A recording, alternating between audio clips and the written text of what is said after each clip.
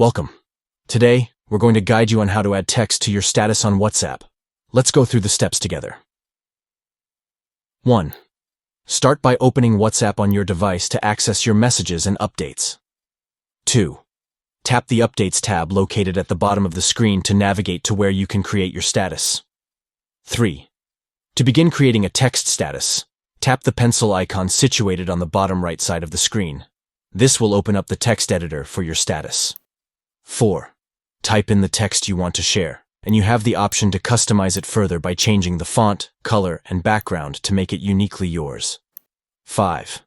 Once you've finalized your text status and are content with how it looks, tap the Send button, represented by a paper plane icon, to publish it as your status update. By following these simple steps, you can personalize your WhatsApp status with text and express yourself creatively to your contacts. Thank you for watching this tutorial on adding text to your WhatsApp status. Stay tuned for more tech tips and tricks coming your way.